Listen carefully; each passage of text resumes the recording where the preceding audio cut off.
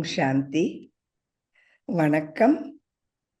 நீங்கள் 5 மணில இருந்து இன்னைக்கு வரைக்கும் இப்ப வரைக்கும் இருக்கீங்க. ரொம்ப ரொம்ப சந்தோஷம் உங்களோட கலந்து இந்த கிளாஸ் உங்களோட நான் பகிர்ந்து கொள்ளுறது ரொம்ப ரொம்ப சந்தோஷம். உங்களுக்கு ஒரு சில புது கருத்துகள் உங்களுக்கு நான் சொல்ல போறேன். ரொம்ப ரொம்ப முக்கியமான புது கருத்துகள்.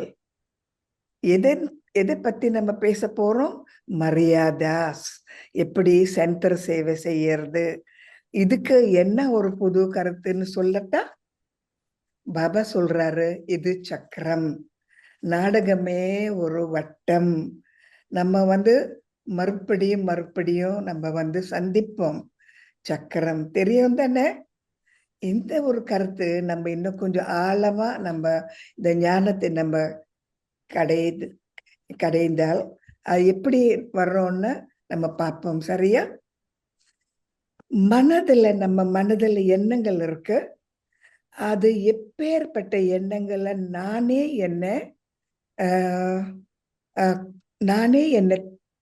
எனக்கு நான் சொல்லி தரணும். இந்த எண்ணங்கள் எனக்கு தேவையா இல்லையான்னு ஒரு உதாரணம் சொல்றேன். ஒரு கணவர் மனைவி அவங்களுக்குள்ள ஏதோ ஒரு கஷ்டம், தகராறு, டைவர்ஸ் பண்ணிடுறாங்க. கணவர் மனைவி இப்போ டைவர்ஸ், பிரிஞ்சு போயிட்டாங்க. அப்ப அவங்க நினைக்கலாம், அப்பா அந்த தொல்லை எனக்கு முடிஞ்சது. ஆனா அந்த தொல்லை முடியல. காரணம், மறுபடியும் அந்த புது சக்கரத்துல அவங்க 2 பேரு வேற ஏதோ ஒரு பிறவில சந்திப்பாங்க. அவங்களுக்குள்ள அந்த சந்திப்புல ஏதோ ஒரு தகராறு இருக்கும். அவங்களுக்குள்ள அந்த கர்ம கணக்கு அவங்க தீர்க்காம இருக்கிறதுனால இப்போ இந்த பிறவில அவங்க 2 பேரும் கணவர் மனைவியா வந்துட்டு அவங்களுக்குள்ள இந்த மாதிரி ஒரு சண்டை சச்சரவு பிரிஞ்சிட்டாங்க. மறுபடியும் அவங்க சந்திப்பாங்க. வேற ஏதோ ஒரு பிறவில மறுபடியும் திருமணம் செய்வாங்க. மறுபடியும் அவங்க டைவர்ஸ் பண்ணுவாங்க. இது நடந்துகிட்டே இருக்கும். ஆகவே நீங்க நினைக்க கூடாது, அவங்கள நான் தள்ளிட்டேன் மனதுல இருந்து, இனிமே அவங்க வேண்டாம், அது வேண்டான்னு நீங்க சொல்ல முடியாது. அது மறுபடியும் மறுபடியும் வர்றோம். இந்த ஒரு கருத்து நீங்க நல்லா புரிஞ்சு கொண்டால், உங்க மனதுல இருந்து எந்த ஒரு விகார ஒரு எண்ணமோ, தேவையில்லாத எண்ணமோ, ஒரு நெகட்டிவ் எண்ணமோ நீங்க வச்சிருக்க மாட்டீங்க.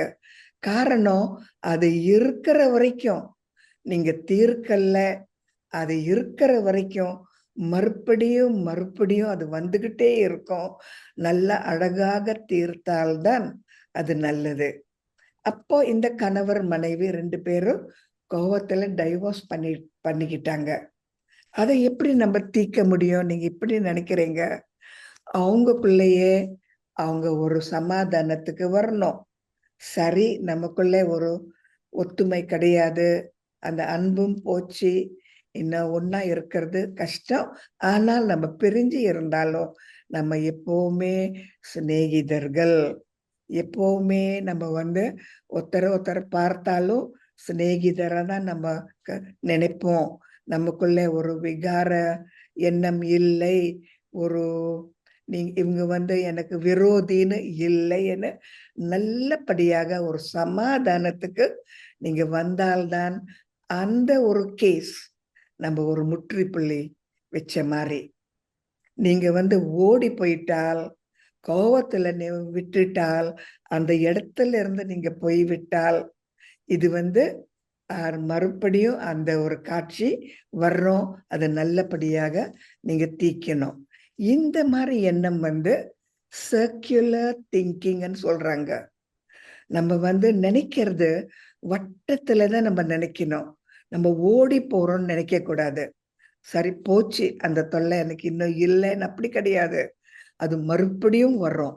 ஆகவே நான் நல்ல முறையில நான் தீர்த்தேனா இல்லையா, இந்த ஒரு கருத்து நம்ம சென்டர்ல நம்ம பாக்குறோம். நான் அப்ப கணவர் மனைவியை பத்தி சொன்னேன்.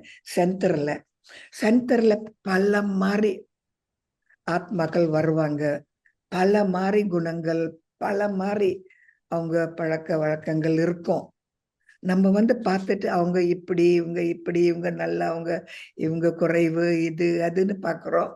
இந்த மாதிரி எண்ணங்கள் அது உண்மையா இருந்தாலும் நமக்கு தேவை இல்லை. பாபா சொல்றாரு, யாரையும் பார்க்காதீங்க. காரணம், அவங்கள நம்ம பார்த்தால் ஏதாவது ஒரு எண்ணம் நமக்கு தோணும். ஓ, ஏன் அவங்க வந்து லேட்டா வந்தாங்க, ஏன் இவர் வந்து அவங்களோட பேசுறாங்க.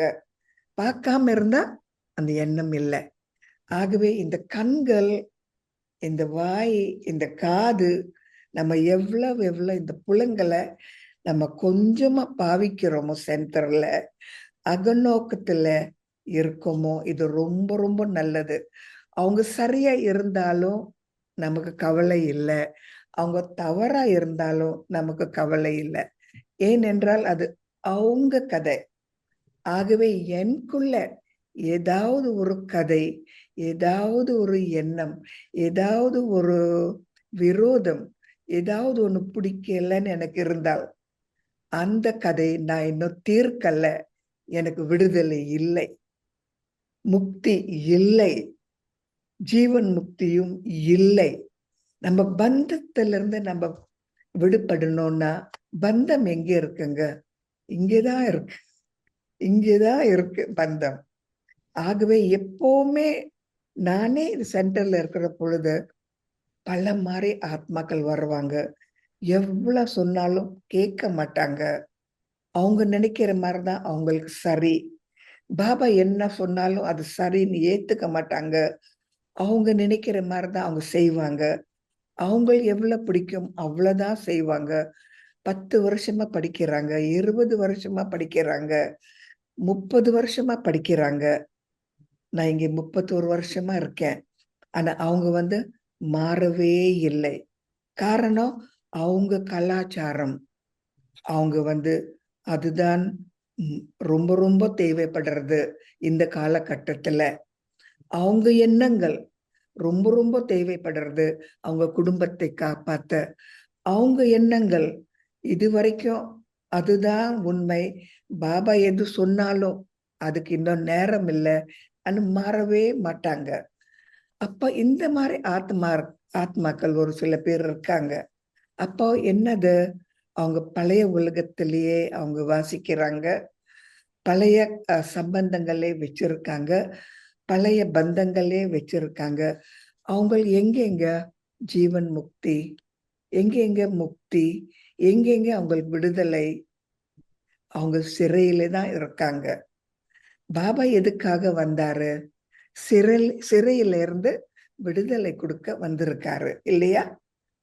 ஆனா அவங்க வந்து இன்னும் டைம் ஆகல, மக்கள் என்ன சொல்லுவாங்க, நானும் தயாரா இல்லை, இத்தனை நாள் இதே நான் பழகி எனக்கு இதுதான் பிடிச்சிருக்கு, பாபா சொல்றது நல்லதா இருந்தாலும் அதை நான் நடைமுறையில கொண்டு வர நான் தயாரா இல்லைன்னு இன்னும் பிடிவாதமா இருக்காங்க.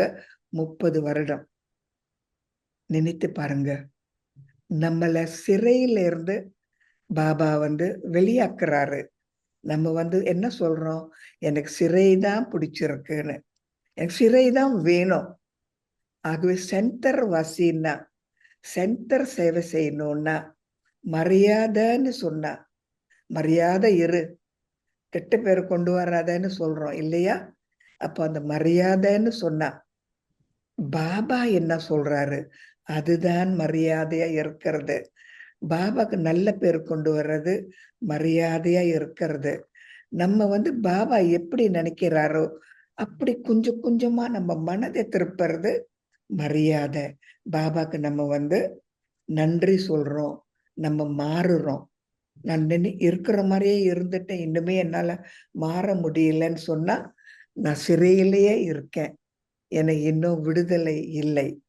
ஆகவே நம்ம எண்ணங்கள் பாபா எப்படி திருப்ப சொல்றாரு, வட்டத்துல திருப்ப சொல்றாரு. இப்ப நான் விரோதியா இருந்தா ஒரு காலகட்டத்துல அந்த விரோதிய சிநேகிதரை செய்யணும். அது வரைக்கும் எனக்கு விடுதலை இல்லை. ஆகவே நானே என்னுடைய எண்ணங்களை கொஞ்சம் கொஞ்சமா, இது ரொம்ப முக்கியமான கருத்து, கொஞ்சம் கொஞ்சமா யாரு எப்படி இருந்தாலும் எல்லாருக்கும் நான் ஒரு சிநேகிதர், அவங்க இருக்கிற மாதிரி இருந்தாலும் அது சரிதான், அவங்க மாறுற நேரம் அவங்க மாறுவாங்க, எனக்கு எந்த ஒரு கஷ்டமும் இல்லை, எந்த ஒரு கோபமும் இல்லை, எந்த ஒரு எதிர்பார்க்கறதும் இல்லை. அவங்க நடிப்பு சரி. 30 வருஷம் அவங்க மாறலைன்னா சரி, டிராமால இது அக்யூரேட், சரியா நடக்கிறது. பாபாக்கே கவலை இல்லாம இருந்தா நான் ஒரு கருவியா இருந்து பாருங்க 30 வருஷமா அவங்க மாறலைன்னு சொல்லுறது இது சரியா, இது உண்மையா? ஆகவே எப்படி நமக்கு விடுதலை வேணும்னு நம்ம மனதுல அந்த விடுதலை நமக்கு கொண்டு வரணும். இந்த சிறையில் இருக்கிறது ரொம்ப ரொம்ப தவறு. ஆகவே இந்த சிறையில இருந்து நான் வெளியாகணும்னா இந்த மாதிரி வட்டத்திலேயே நான் நினைக்கணும்.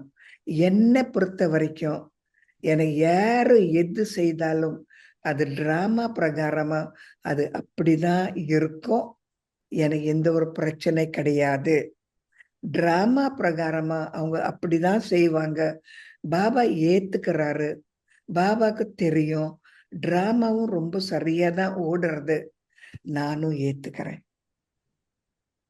ஆகவே எதிர்பார்க்கறது, பிறகு அவங்களுக்கு ஒரு கோச்சிக்கிறது, தேவையில்லாத புத்திமதி சொல்லுறது, மனதில் இருந்து தள்ளறது, பிறகு ஏசுறது, பிறகு மனதுல அவங்கள பிடிக்காம இருக்கிறது, இதெல்லாம் நமக்கு தான் அது பாதிக்கிறது. காரணம் ஏனென்றால் இது நம்ம மனதுல இருக்கு. ஆகவே உங்களுக்கு விடுதலை இருக்கா இல்லையா நீங்களே உங்களை கேட்கணும். ஒரு கருவின்னா, ஒரு சென்டர், ஒரு நிவாசின்னு சொன்னா, சென்டர்ல நம்ம உண்மையா சேவை செய்யணும்னா யார பத்தியும் நல்லதோ கெட்டதோ சரியோ இல்லையோ பேசவே கூடாது, நினைக்கவே கூடாது. எதுக்காக? என்னோட சுதந்திரத்துக்கு, என்னோட முக்திக்கு, என்னோட ஜீவன் முக்திக்கு நான் சிறையிலிருந்து வெளியாயிட்டேன். பாபா சொல்றார், நீங்க பழைய உலகத்துல இருக்கீங்களா இல்லாட்டி புது உலகத்துக்கு போக தயாரா இருக்கீங்களா? உங்களுக்குள்ளேயே நீங்க நீங்க உங்களை பாருங்கள். ஆகவே இந்த சர்க்குலர் திங்கிங் மறுபடியும் மறுபடியும் அது வந்துகிட்டே இருக்கும். எது இருந்தாலும் நான் தனியா வந்தேன், தனியா போறேன், யாரு எப்படி இருந்தாலும் அது என்னோட விஷயம் கிடையாது, என்னோட கதையும் கிடையாது. அவங்க எப்படி இருந்தாலும் இது டிராமா, பாபா தான் முதலாளி, எல்லாம் அவருக்கு தெரியும். நான் சந்தோஷமா எல்லாரையும் ஏத்துக்கிறேன். இப்போ ஒரு விஷயம் இந்த பாலியில நடந்தது. ஒரு வயசான ஒரு தந்தை, அவரோட மனைவி இந்த கோவிட்ல இறந்து போயிட்டாங்க. அவருக்கு இப்ப கிட்ட 70 வயசு. அவர் ஒரு குமாரி, நம்ம சென்டர்ல இருக்கிற ஒரு இன்னொரு மாதர் தான். அவங்களுக்கும் திருமணம் ஆச்சு. அவங்க அவங்க கணவரோட சந்தோஷமா இல்ல. அப்போ அவங்க மேல இவர் ஆசைப்பட்டு அந்த மனைவிய அவங்க கணவரை டைவோர்ஸ் பண்ண சொல்லிட்டு இவங்க 2 பேரும் திருமணம் செய்திருக்காங்க. இது ஒரு கதை, இது உண்மையா இல்ல. இவங்க 2 பேரும் திருமணம் செய்தாங்க. அப்ப சென்டர்ல எல்லாரும் கேட்கிற போது இந்த கதைய அவங்க சொல்றாங்க, இது சரியில்லை. அவர் வயது 70 வயசு ஆக போறது. இந்த தாயாரும் அவங்க கணவர் இருக்கு, சந்தோஷமா திருமணம் இல்லாம இருந்தாலும் ஏன் அவரை டைவோர்ஸ் பண்ணிக்கிட்டு பிறகு இவரை திருமணம் செய்யணும்? 2வது தடவை அவரும் மனைவி இல்லாம திருமணம் செய்யணும். இந்த மாதிரி பல மாதிரி எண்ணங்கள் அவங்க இந்த ஒரு கேஸ் நான் சொல்ற பொழுது, இந்த கதை நான் உங்களுக்கு சொல்ற பொழுது அவங்க சொல்றாங்க இது சரியில்லை. அவங்க சென்டருக்கு வர்றாங்க. சென்டர்ல இருந்து 2 பேரும் ஒண்ணா சேர்ந்து திருமணம் செய்யறாங்க. அவரும் தாத்தாவாயிட்டாரு. இவங்களுக்கும் வயசாச்சு. திருமணமும் ஆச்சு. ஏன் மறுபடியும் அவங்க திருமணம் செய்யணும்னு ரொம்ப மாறி அவங்க பேசிக்கிட்டே இருந்துட்டு என்ன பாக்குறாங்க. நான் என்ன செய்வேன்? நான் எப்படி ஒரு ரியாக்ஷன் கொடுக்கறேன்னு. என்னை பொறுத்த வரைக்கும் யாரு எது செய்தாலும் நம்ம எண்ணம் போல அது சரியில்லைன்னு நினைக்கலாம். ஆனா டிராமால அது நிச்சயப்பட்டிருக்கு. டிராமால அது ஏதோ ஒரு கதை இருக்கு. அந்த டிராமால அவங்களுக்குள்ள ஏதோ ஒரு கர்ம கணக்கு இருக்கு. இந்த டிராமால ஏதோ ஒண்ணு இருக்கு, எனக்கே தெரியாது. அப்படி இருக்கிற பொழுது இது சரி, இது தவறு, இது நல்லது, நான் ஏதாவது ஒரு வார்த்தை சொல்லலாமா? ஆகவே பற்றற்ற நிலையில இருக்கணும். சரின்னு சொல்லக்கூடாது, சரி இல்லைன்னு கூட சொல்லக்கூடாது. ஆனா ஒரு சென்டர்ல நான் இந்த மாதிரி ஒரு கதை நடந்தா என்ன நினைப்பீங்கன்னா, ஓ நமக்கு பிடிக்காது, அவங்களோட பேச மாட்டோம், நீங்களும் அவங்களோட சேர்ந்து இருக்கக்கூடாது, அவங்கள சேவையில கூப்பிடாதீங்க, அது இதுன்னு சொன்னாங்க. ஆனா சர்க்குலர் திங்கிங், வட்டத்துல வட்டமா நம்ம எண்ணங்கள் வச்சுக்கிட்டே இருந்தால், இப்ப நான் விரோதியா இருந்தா அவங்களுக்குள்ள என்ன கர்ம கணக்கு இன்னும் தீக்கணுமோ, அவங்களுக்குள்ள என்ன கர்ம கணக்குங்கள் இருக்கோ, நம்ம நினைக்கிறோம் 2 பேரும் 2வது திருமணம் செய்யறாங்க, அதுவும் பிரம்மகுமாரிஸ்ல நினைக்கிறாங்க. இந்த ஒரு கேள்வி நானு சென்டர்ல கேட்கிற பொழுது அவங்கெல்லாம் முடியாது முடியாதுன்னு சொன்னாங்க. நான் சொன்னேன் எதுவுமே முடியாதுன்னு இல்ல. டிராமால இருந்தா அது முடியும். அது சரியா இல்லையா தெரியாது. டிராமால அது நிச்சயப்பட்டிருக்கு. அது உண்மை. இது நான் ஏன் உங்களுக்கு இந்த கதை சொல்றேன்னா, நம்ம நீதிபதியா இருந்து, அவங்க சரியா இருக்காங்க, இவங்க சரியில்ல, இவங்க நல்லவங்க, இவங்க கூடாதவங்க, அது இதுன்னு தேவையில்லாத அபிப்பிராயம் நம்ம மனதுல போட்டுக்கிட்டு, நம்ம சிறையிலேயே இருக்கோம். நம்ம எண்ணங்கள் நமக்கே ஒரு சந்தோஷம் குடுக்கறது போலி சந்தோஷம். இது உண்மையான சந்தோஷம் கிடையாது. அவங்க நல்லா இல்ல, இவங்க சரியில்ல, இவங்க தவறு, இவங்க பொல்லாதவங்க, இது அதுன்னு போலி வேஷம் போட்டு, நான் என்னோட மனத நான் ஒரு திருட்டுத்தனமா எனக்கு ஒரு சந்தோஷம் நான் குடுக்குறேன். பாபா யார பத்தியும் இவங்க தவறுன்னு சொல்லல. இதுவரைக்கும் சொல்லல. அவங்கவங்க பாகம் அவங்க நடிக்கிறாங்க. ஆகவே சென்டர்ல இருக்கிற பொழுது நீங்கள் பிரம்மகுமாரிஸ் அந்த ஒரு முரளியில என்ன சொல்றாரு, அது திருப்பி அந்த ஒரு வார்த்தைய, அந்த ஒரு முரளிய நீங்க படிக்கலாம். 2 வாட்டி படிக்கலாம்.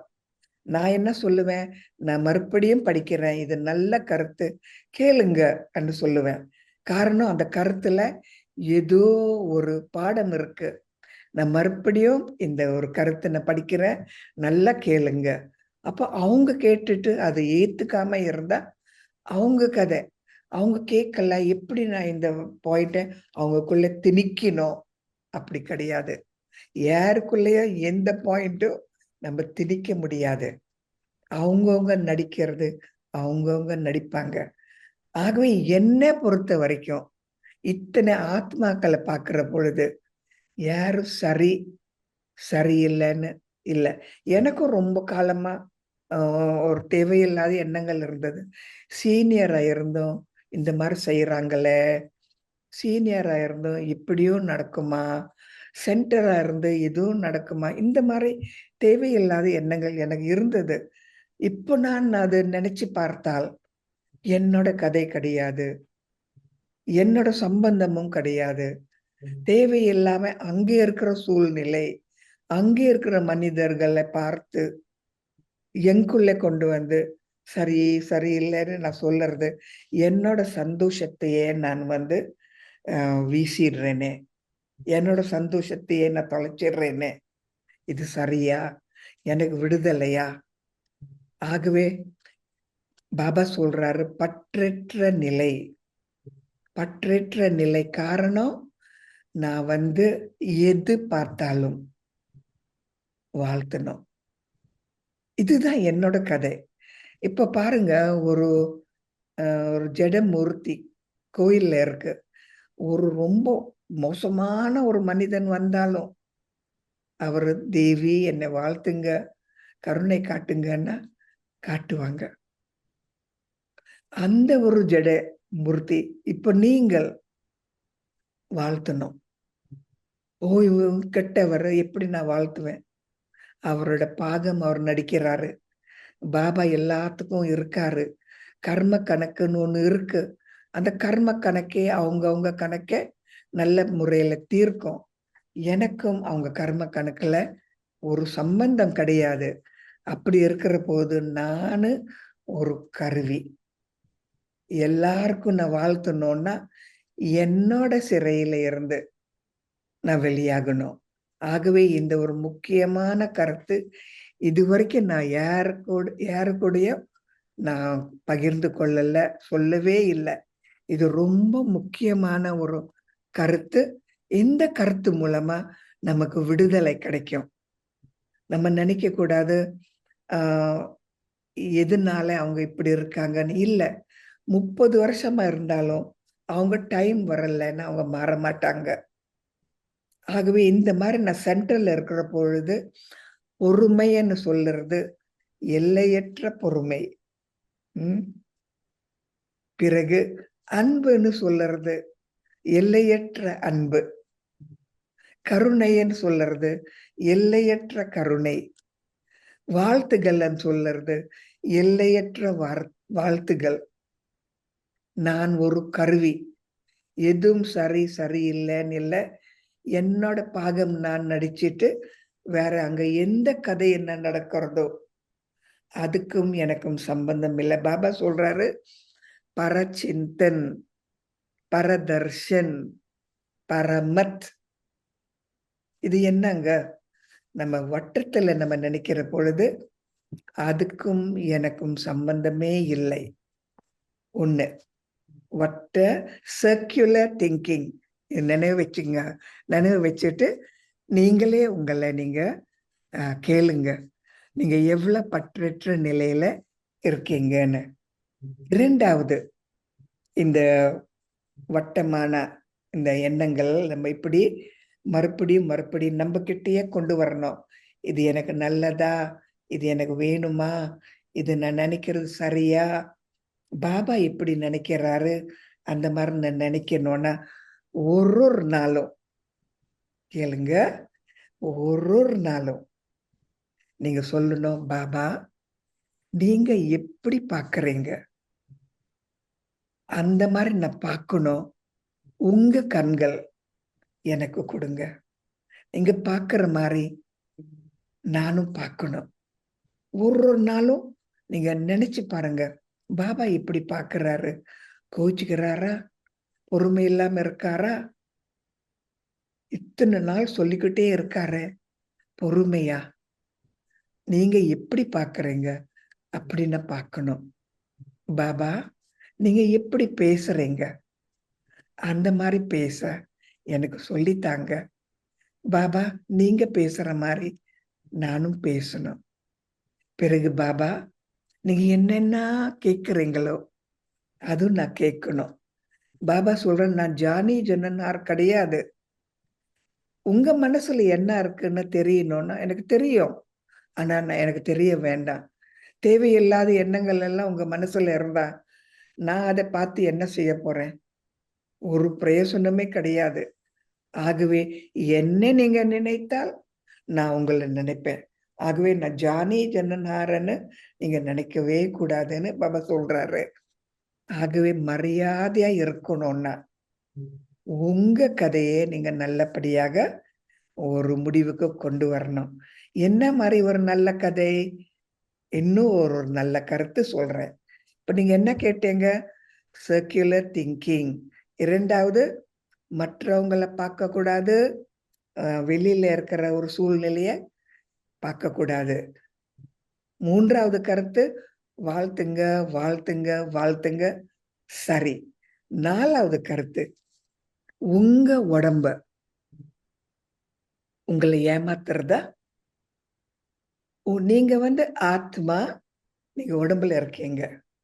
ஓகே, இது உங்களுக்கு தெரியும். உடம்பு ஒரு சில விஷயங்கள் கேட்கறது, நல்லா சாப்பிடணும், ருச்சியா சாப்பிடணும், நல்ல பொருள்களை சாப்பிடணும், உடம்பு கேட்கறது. ஆனா ஆத்மா என்ன சொல்றது? இருக்கிறது சாப்பிட்டுட்டு நன்றி சொல்லு. இப்போ உடம்பு ஒண்ணு சொல்லுறது, ஆத்மா ஒண்ணு சொல்லுறது. உடம்பு சொல்லுறது நல்லா சாப்பிடணும், நல்லா செலவு பண்ணி நல்ல மாதிரி சமைச்சு சாப்பிடணும்னு. ஆத்மா சொல்லுறது சாதாரணமா இருந்து எதெல்லாம் எல்லாரும் சாப்பிடுறாங்க அதையே சாப்பிட்டுட்டு அமைதியா இருந்து நன்றி சொல்லு. இந்த 2 சண்டை போடுறது. ஆகவே எவ்வளவு எவ்வளவு நம்ம உடம்பு சொல்லுறது கேட்காம இருந்து ஆத்மா சொல்லுறது நம்ம கேட்டால் நம்ம உண்மையாகவே புத்திசாலி ஆத்மாக்கள், சத்தோ பிரதானா இருக்கலாம். பிரம்ம பாபா பாருங்க, பிராமண குடும்பத்துல இருக்காரு, உயர்ந்தவரு, பணக்காரரு, எல்லா விதத்திலையும் இந்த பௌதிக விஷயத்துல அவர் ரொம்ப சக்சஸ். அப்படி இருந்தும் ஆரம்பத்துல இருந்து ஆத்மா சொல்றது, நான் ஒரு சூத்ர ஆத்மா, கலியுகத்துல இருக்கேன், தேவரை மாற எனக்கு தகுதி இல்லை, படிக்கணும். இந்த உடம்போட ஆடம்பரம் எவ்வளவு இருந்தாலும் அது எதுக்கும் உதவாது. ஆரம்பத்துல இருந்து நான் சூத்ரா, கொஞ்சம் கொஞ்சமா பிராமணரா வரணும், பாபா சிவ பாபா சொல்றத நான் கடைபிடிக்கணும், நானே மாறணும், நான் தான் உதாரணம், நானே அந்த தேவர். இப்ப நான் சூத்ரா, நான் ஒரு பிச்சைக்காரன், நான் ஒரு அரசகுமாரன் வரணும். பாருங்க, உடம்பு சொல்றது அவர் கேட்டாரா, அவர் பார்த்தாரா, இல்லாட்டி ஆத்மா சொல்றது அவர் பார்த்தாரா? இந்த போர் நமக்குள்ளேயே நடக்கும். அது முடியற வரைக்கும் இந்த உடம்ப சொல்றது கொஞ்சம் கொஞ்சமா உடம்ப நம்ம பேசாம கடை, இப்போ வேணாம், இது வேண்டாம், இந்த செலவு பண்ணாத, பாபாக்கு ஏதாவது இந்த சேவைக்கு நீ வச்சுக்க, அந்த மாதிரி நம்ம உற்சாகம் ஊற்றணும். தவிர நான் நல்லா சாப்பிடணும், நல்லா உடுத்தணும் அப்படி ஒண்ணும் கிடையாது. ஒரு ரகசியம் நான் சொல்றேன், நீங்க நல்லா கேளுங்க. ரகசியம் சொல்லட்டா? எனக்கு நினைக்க நினைக்க சந்தோஷமா இருக்குங்க. என்னன்னா, எவ்வளவு எவ்வளவு நான் உடம்பு வேணான்னு சொன்னா, எவ்வளவு எவ்வளவு எனக்கு பணம் வேணான்னு சொன்னா, அவ்வளவு அவ்வளவு அந்த உடம்புக்கு என்னென்னமோ எல்லாம் வருது. நான் கேட்கல, அது வருது. பணம் வேணான்னா நான் கேட்கல, அது எனக்கு வேண்டாம். நான் சென்டர்ல இருக்கேன், எல்லாமே சென்டர்ல எல்லா வசதிகள் இருக்கு, பணம் வருது. ஆகவே எதை நம்ம திரட்டுறோமோ, நம்ம விரட்டுறோமோ, இல்ல நம்ம அதை தேடுறோமோ, அது தூரமா தான் போகும். அது எனக்கு தேவையில்லை. அது எல்லாமே கூட நான் சந்தோஷமா இருப்பேன்னா அது நம்மள தேடி வர்றோம். இது ஒரு ஆன்மீக கருத்து.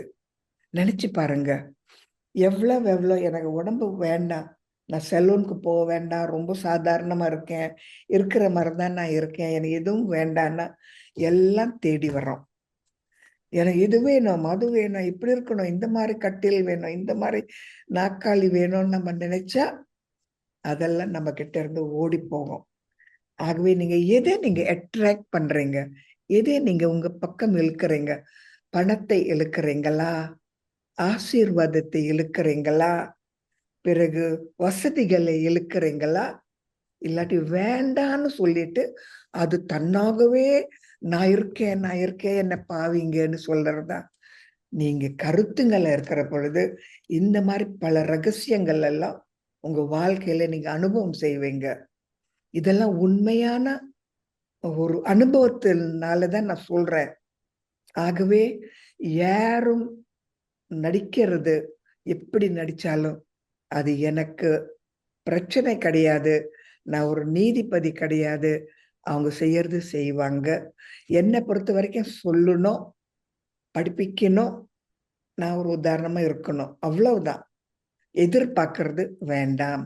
இரண்டாவது, என்னோட கதையை நான் நல்லபடியாக ஒரு முடிவுக்கு கொண்டு வரணும்.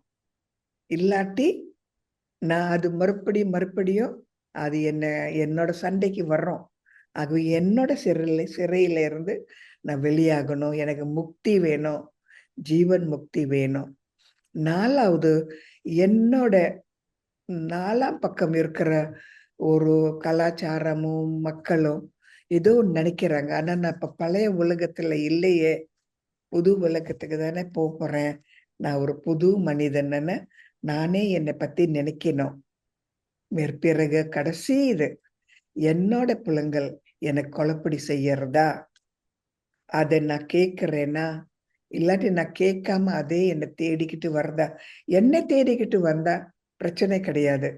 ஒரு சென்டர்ல நிறைய பணம் குமிச்சு குமிச்சு கிடக்கு.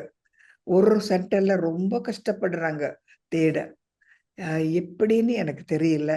ஆனா நம்ம கொஞ்சம் சுய சோதனையும் செய்யலாம். ஆகவே பாபா தவிர எனக்கு யாரும் இல்லை. இந்த உடம்பு கொஞ்ச நாளைக்கு தான் இருக்கும். ஆகவே உடம்பு சொல்லுறது நான் கேட்க மாட்டேன். மற்றவங்கள பத்தி அவங்க சரி இல்லைன்னு இத்தனை நாள் நினைத்தது நான் மன்னிப்பு கேட்டுடுறேன். நான் முந்தி நினைச்சேன் அவங்க சரியில்லை, இவங்க சரின்னு. மன்னிப்பு கேட்டுடுங்க. உங்க கர்ம கணக்குக்கு நீங்க ஒரு முற்றுப்புள்ளி போடணும். சந்தோஷமா நீங்க செய்யுங்க. கடைசி கருத்து உங்களுக்கு ஒண்ணு சொல்லணும். நம்ம மனிதர்களோட பிசினஸ் செய்தோம். அம்மா, அப்பா, அக்கா, தங்கச்சி, அக்கம் பக்கம், பாஸ், வேலைக்கு போற இடத்துல, கவர்மெண்டோட எவ்வளவோ நம்ம உத்தியோகம் செய்தோம். இப்ப ஒரே ஒரு வாட்டி 5000 வருடத்துல பாபாவோட பிசினஸ் செய்யறோம். நம்ம பாபாவோட பிசினஸ் செய்தா 1க்கு 1 பதில் இல்லைங்க, 1க்கு 1000. இந்த பிசினஸ் எனக்கு புரியறதா? 1க்கு 1000. உதாரணம், நான் ஒரு உதாரணம் சொல்றேன். இது எங்கேயோ நடக்கலாம். இப்போ யாரோ ஒரு பிகே கிட்ட நான் சொல்றேன், சிஸ்டர் எனக்கு ஒரு நல்ல ஒரு டிஷ்யூ பாக்ஸ் பாபா மேஜையில என்ன வைக்கணும், டிஷ்யூ வைக்க ஒரு பாக்ஸ் நீங்க வாங்கிட்டு வாங்கன்னு சொல்றேன். இந்த மாதிரி ஒரு 10 பேர்கிட்ட நான் சொன்னேன், எனக்கு டிஷ்யூ பாக்ஸ் வேணும்னு. இது ஒரு கதை தான், உண்மை கிடையாது. 10 பேரு 10 மாதிரி டிஷ்யூ பாக்ஸ் கொண்டு வர்றாங்க. ஒரு சில பேரு மார்க்கெட்ல இது ரொம்ப மலிவா இருக்கு, அந்த பாக்ஸ் வாங்குறாங்க. சில பேரு இது சென்டரை கொஞ்சம் நல்ல மாதிரி வாங்கணும்னு ஒரு சாதாரணமான ஒரு டிஷ்யூ பாக்ஸ் வாங்குறாங்க. சில பேர் சொல்றாங்க, இது பாபாவோட மேசையில வைக்க போறாங்க, பாபா யூஸ் பண்ண போறாங்க. நான் கிறிஸ்டல் தங்கம் மாதிரி ஜொலிக்கிற ஒரு வைரம் மாதிரி ஜொலிக்கிற கிறிஸ்டல் பாக்ஸ் நான் வாங்க போறேன். பாபாவோட மேசையில வைக்கணும்னா சாதாரண ஒரு டிஷ்யூ பாக்ஸ் தான் வைக்கலாமா? பாருங்க, பல மாதிரி பேரு பல மாதிரி நினைக்கிறாங்க. அவங்க நினைக்கிறதும் அவங்க பொறுத்த வரைக்கும், அவங்க நினைக்கிற வரைக்கும் அது சரி. டிஷ்யூ பாக்ஸ்னா எந்த பாக்ஸா இருந்தாலும் பரவாயில்ல, டிஷ்யூ தானே நம்ம பாவிக்கிறோம். இவங்க நினைக்கிறாங்க ஏன் ரொம்ப செலவு பண்ணணும், சிக்கனமா இருக்கணும்னு பாபா சொல்றாரு. இது ரொம்ப மோசமாவும் இல்லை, பார்க்கவும் சரியா இருக்குன்னு இவங்க சொல்றாங்க. மற்றவங்க சொல்றாங்க, நான் யாருக்கு வாங்குறேன், எதுக்காக வாங்குறேன், யார் பாவிக்க போறேங்கன்னு நினைச்சு நான் வாங்குறேன். பாபா டிஷ்யூ யூஸ் பண்ண போறாரா? நிச்சயமா கிடையாது. ஆனா அது பாபாவோட மேசையில வைக்கிற பொழுது அங்கே பாபாவோட வாசம் இருக்கு, அது கிறிஸ்டல் வாசா இருக்கு, நல்ல மாதிரி மலர்கள் இருக்கு. தோட்டத்துல இருந்து கொண்டு வந்து அவங்க வச்சிருக்காங்க. அங்க பக்கத்துல நல்ல ஒரு டிஷ்யூ பாக்ஸ் இருந்தா அழகா இருக்கும். எல்லாமே பாபாவோட சாமான்கள், பாபாவோட பாவிக்கிற விஷயங்கள். நான் எப்பேற்பட்ட இது வாங்கணும்? இதுலயும் உங்களுக்கு அன்பு கொஞ்சம் இருக்கா, சாதாரணமா இருக்கா, நிறைய இருக்கா? நீங்களே பார்க்கணும். உங்க செலவு எங்க போறது? பாபா கிட்ட போறதா, உங்ககிட்ட போறதா? சிக்கனமா இருக்கீங்களா, தாராள மனசா இருக்கீங்களா? உங்க மனம் போல அந்த பணமும் உங்களை தேடி வர்றோம். உங்க ஆசீர்வாதமும் உங்களை தேடி வர்றோம். உங்களோட புகழும் உங்களை தேடி வர்றோம். ஆகவே சென்டர் வாசி இருக்கிறது ரொம்ப ரொம்ப பாக்கியம் செய்திருக்கணும். ஏனென்றால் கடவுளுக்கு உடம்பு கிடையாது, அசீரரி. ஆனால் அவரோட அவரை அவரோட பேர்ல என்ன இங்க வச்சிருக்காரு. எவ்வளவு பாக்கியம் செய்தேன், எவ்வளவு பாக்கியம் செய்தேன். ஆகவே நான் அவரை காட்டுறேன்னா அந்த அன்பு எனக்கு அவருக்கு இருக்கா? எப்படி காட்டுறேன்? பாபா எங்க டிஷ்யூ பாக்ஸ் யூஸ் பண்ண போறாரு, எங்க பாபா வந்து கையிலஞ்சி யூஸ் பண்ண போறாரு. சாதாரண துணிமணி அங்க வச்சாலும் பரவாயில்ல பாபாக்கு கையிலஞ்சி. ஒரு சில பேர் சொல்லுங்க, வேண்டாம் எனக்கு நல்ல மாதிரி சில்க்ல வச்ச கையிலஞ்சி தான் பாபா பக்கத்துல வைக்கணும், டிஷ்யூ பாக்ஸ் வைக்கணும், அந்த சாம்பிராணி இது வைக்கணும், இது எல்லாம் ஊதுவத்தி எல்லாம் பர்ஃபெக்டா இருக்கணும் சொல்றாங்க. சில பேர் சொல்றாங்க, ஏன் இந்த மாதிரி பாபா எதுவுமே கேட்கலையே, எவ்வளவு சாதாரணமா இருக்காரு. யார் எப்படி நினைத்தாலும் எல்லாமே உண்மை. ஆனா உங்க மனம் என்ன சொல்லுறது, அதுதான் நீங்க உங்க கதை. தெரிஞ்சதா? ஆகவே ஒரு கருவியா இருக்கணும்னா ரொம்ப ரொம்ப கொடுத்து வச்சிருக்காங்க. நான் ஒண்ணு சொல்றேன். ஒரு கதை, பிரம்ம பாபாவோட கதை. ஒரு நியூஸ் பேப்பர் ஒரு முதலாளி, அவர் வந்து செய்தியெல்லாம் அந்த நியூஸ் பேப்பர்ல போட்டு விற்பார். அந்த நியூஸ் பேப்பர் பிரம்ம பாபா இருக்கிற நேரம். அவர் பிரம்மகுமார் கிடையாது. அவர் அந்த நியூஸ் பேப்பர்ல அவர் தேவையில்லாத செய்தியெல்லாம் பிரம்மகுமாரிசை பத்தி போடுவாராம். ஒரு நாளும் இவங்க சரியில்லை, இவங்க பிரம்மகுமாரிசன்னு சொல்றாங்க, அவங்க செய்யறதெல்லாம் எந்த ஒரு சாஸ்திரத்திலையும் இல்லை, அது இதுன்னு கதை போட்டுக்கிட்டே இருந்தார் நியூஸ் பேப்பர்ல. அங்க இருக்கிற மக்கள் எல்லாம் அந்த நியூஸ் பேப்பர் படிப்பாங்க. அப்ப ஒரு சில பேர் பிராமணர்கள் பிரம்ம பாபா கிட்ட வந்து சொன்னாரு, பாபா அவர் இந்த மாதிரி எல்லாம் எழுதுறாரு, போய் அவர்கிட்ட பேசலாமா, அவரை நம்ம என்ன செய்யறோம்னு சொல்லலாமான்னா பிரம்ம பாபா சொன்னாரு, வேண்டாம், நமக்கு ஞானம் இருக்கு, உண்மை என்னன்னு நமக்கு தெரியும். அவருக்கு ஞானம் இல்லை, அவருக்கு உண்மை தெரியாது, விட்டுடுங்க. அவரும் நம்ம சகோதரர், அவரும் நம்ம சிநேகிதர், அவரும் நமக்கு தேவை, விட்டுடுங்கன்னு சொன்னாரு. சோ இதே மாதிரி கொஞ்ச நாள் நடந்துகிட்டே இருந்தது, கொஞ்சம் வருஷம். கடைசியில அந்த பிரதர், அந்த நியூஸ் பேப்பர் மேனேஜர், ஒரு நாள் எப்படியோ பிரம்மகுமாரிசை பத்தி நல்லா தெரிஞ்சு கொண்டு வந்துட்டு மன்னிப்பு கேட்டாராம். பாருங்க எவ்வளவு பொறுமை. திடீர்னு நம்ம வந்து சரியாக்கணும்னா, திருத்தணும்னா தேவையில்லை. அவங்க மனம் அந்த சமயம் மாறணும்னா அவங்க மாறுவாங்க. நமக்கு என்ன ஞானம் இருக்கு, நமக்கு தெரியும் உண்மை, அவங்களுக்கு ஞானம் இல்லை, தெரியாது, விட்டுடுங்க. ஏன் அதை பத்தி நீங்க நினைக்கிறீங்க? அது வெளியில இருக்கிற சூழ்நிலை. நீங்க என்ன நினைக்கிறீங்க? என்னோட சகோதரர் அவர் செய்யறது டிராமால இது இருக்கு, நிச்சயப்பட்டிருக்கு, வாழ்த்துறேன். ஆகவே வெளியில சரியா இல்லையான்னு கதையே இல்லை. நீங்க அது சரியா இல்லையான்னு கருதுறீங்களா, நினைக்கிறீங்களா? நீங்க தான்.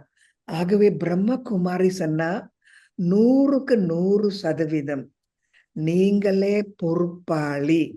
உங்க கர்ம கணக்குல, உங்க ஒரு சம்பந்தம் பாபாவோட சம்பந்தத்துல நீங்களே 100க்கு 100% பொறுப்பாளி. ஆகவே நீங்க பாபா கிட்ட சொல்லக்கூடாது, அவங்கனாலதான், இதனாலதான், உடம்புனாலதான், எதுவுமே சொல்ல முடியாது. கர்ம கணக்கு அதோட பாகம் அது நடிக்கும், டிராமா போற மாதிரி போகும். என்னோட பாகம் பற்றற்ற நிலையில நிறைய அன்பா, நிறைய ஆசீர்வாதமா இந்த வட்டத்துல நான் நினைத்து நினைத்து நான் எது செய்தாலும் எனக்கு விடுதலை வேணும். நான் சிறையில வேண்டாம், எனக்கு மர்டேக்கா எனக்கு வேணும், நான் விடுதலை எனக்கு வேணும், முக்தி வேணும். பாபா தவிர எனக்கு யாருமே இல்லை, புது உலகத்துக்கு போறேன், நான் சூத்ரன் கிடையாது, ஒரு தேவர். நீங்க என்ன செய்தாலும் அங்க சூழ்நிலை எப்படி இருந்தாலும் பிரச்சனையே இல்லை. ஒரு வாட்டி கடவுளோட பிசினஸ் செய்யறேன், இந்த வாய்ப்பை நான் விட்டுட்டா 1க்கு 1 தான் கர்ம கணக்கு பிரகாரமா நடக்கும். ஆனா இப்ப பாபாவோட நான் பிசினஸ் செய்தா 1க்கு 1000. இதையும் விட்டுட்டா நான் ஒரு புத்திசாலியா? எனக்கு ஞானம் புரிஞ்சதா? எனக்கு ஞானம் தெரியுமா? எப்படி? என்ன நினைக்கிறீங்க? இது இன்னும் ரொம்ப இருக்கு பாருங்க. இதெல்லாம் ஆழமான கருத்துங்கள் நான் உங்ககிட்ட சொல்லியிருக்கேன். வட்டமா நினைக்கிறது. யார பத்தியும் நீங்க நீதிபதியா இருக்கக்கூடாது. ஆ கேவலமா நினைக்கக்கூடாது. சூழ்நிலை நடக்கிறது நடந்தே தீரும். என்னோட உடம்ப என்ன கொஞ்சம் அடிமையா வச்சிருக்கணும். ஆத்மா தான் முதலாளி. பிறகு நான் கண்கள் மூலமா, வாய் மூலமா, காதுகள் மூலமா, செயல் மூலமா பாபா என்ன செய்வாரு? அதே எனக்கு வேணும். அதுதான் என்னோட வேண்டுகோள். எப்பவுமே பாபா நீங்க நினைக்கிற மாரி நான் நினைக்கணும். பார்க்கிற மாரி நான் பார்க்கணும். நீங்க காட்டுற பாதை அங்கே தான் நான் நடப்பேன். பாபா நீங்க இல்லாம நான் இல்ல. நீங்களும் நானும் ஒண்ணு. பிரிவுன்னு சொல்றது கிடையாது. Combined form. காம்பினேஷன் ஒண்ணா சேர்ந்திருக்கோம். ஒரே ஒரு தடவை நானும் கடவுளும் தாதா, நானும் சிவபாபா 2 பேரு ஒண்ணு. ஒண்ணுன்னு சொல்லலாம், 2ன்னு சொல்லலாம், 2 இல்லன்னு சொல்லலாம், 1 இல்லன்னு சொல்லலாம். எப்படி சொன்னாலும் அன்பு இருக்கிற நேரம், அன்பு இருக்கிற இடத்துல 2ம் 1, 1ம் 2. ஓகே. அப்போ நீங்க கருவியா இருக்கிற பொழுது இது ரொம்ப ஆழமான விஷயம். ரொம்ப ஆழமா நினைக்கிறவங்க தான் இந்த மாரி ஞானத்தை நீங்க கடையெல்லாம் சென்டரை கூட நீங்க நல்லா பார்த்துக்கலாம். அங்க உற்சாகமா இருங்க. யார பத்தியும் பேசாதீங்க, நினைக்காதீங்க. உங்கள பத்தியே நீங்க நினைத்து நல்லா முன்னேறுங்க. ஜொலிக்கணும் வைரம் போல. வைரங்களும் உங்கள தேடி வரணும். சரியா? ஓம் சாந்தி. எனக்கு ரொம்ப சந்தோஷமா இருக்கு உங்களோட பேச. நீங்கெல்லாம் நல்லபடியாக கருவிங்கள வரணும்னு என்னோட ஆசீர்வாதம். ஓம் சாந்தி. மிக்க சந்தோஷம்.